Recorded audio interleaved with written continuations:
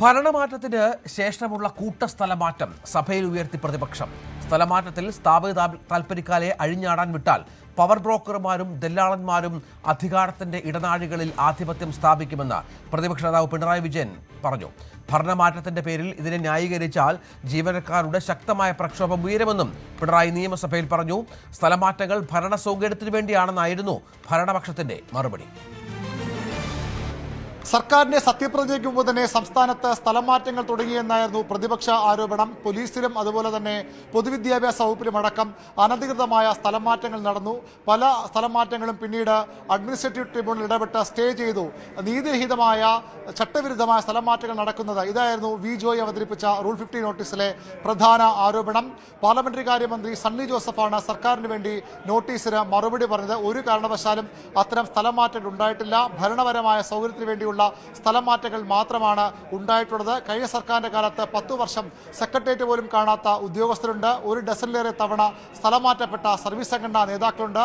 ആ മാതൃകയല്ല ഈ സർക്കാർ പിന്തുടരുന്നെന്നായിരുന്നു സണ്ണി ജോസഫിന്റെ വാദം. സംസ്ഥാനത്ത് പുതിയ സർക്കാർ അധികാരമേറ്റതിനെ തുടർന്ന് ഭരണപരമായ സൗകര്യാർത്ഥം നടക്കുന്ന സ്വാഭാവിക സ്ഥലം മാറ്റങ്ങളും റിട്ടയർമെന്റ് മൂലമുള്ള മാറ്റങ്ങളും മാത്രമാണ് നടത്തിയിട്ടുള്ളത്. ജീവനക്കാരുടെ മനോവീര്യം തകർക്കുന്ന രീതിയിലോ ജനങ്ങൾക്ക് ബുദ്ധിമുട്ടുണ്ടാക്കുന്ന രീതിയിലോ യാതൊരു നടപടിയും ഈ സർക്കാർ സ്വീകരിച്ചിട്ടില്ല. ഒരു മാനദണ്ഡവുമില്ലാതെയാണ് സ്ഥലമാറ്റ നടപടികളെന്ന് പ്രതിപക്ഷ നേതാവ് പിണറായി വിജയൻ ആരോപിച്ചു. അധികാര പവർ ബ്രോക്കർമാരും അധികാര ദല്ലാളന്മാരും ഇങ്ങനെ പോയാൽ അധികാരത്തിന് ഇടനാഴികളിൽ ആധിപത്യം സ്ഥാപിക്കും. ഭരണമാറ്റത്തിന്റെ പേര് മാത്രം പറഞ്ഞുകൊണ്ട് ന്യായീകരിക്കുമെന്ന് പറഞ്ഞുകൊണ്ട് വലിയ പ്രക്ഷോഭങ്ങൾക്ക് സംസ്ഥാനം സാക്ഷിയാകേണ്ടി വരുമെന്ന മുന്നറിയിപ്പും പ്രതിപക്ഷ നേതാവ് സഭയിൽ നൽകി.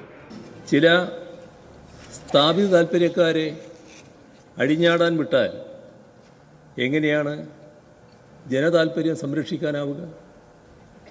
ഈ രീതിയാണ് തുടരാൻ പോകുന്നതെങ്കിൽ കാണേണ്ടത് അധികാരത്തിൻ്റെ ഇടനാഴികളിൽ പവർ ബ്രോക്കർമാരും ദല്ലാളന്മാരും അധികാരം സ്ഥാപിച്ച് ആധിപത്യം സ്ഥാപിച്ച് വലിയ തോതിലുള്ള അഴിമതിക്ക് വഴിയൊരുക്കുമെന്നതാണ്.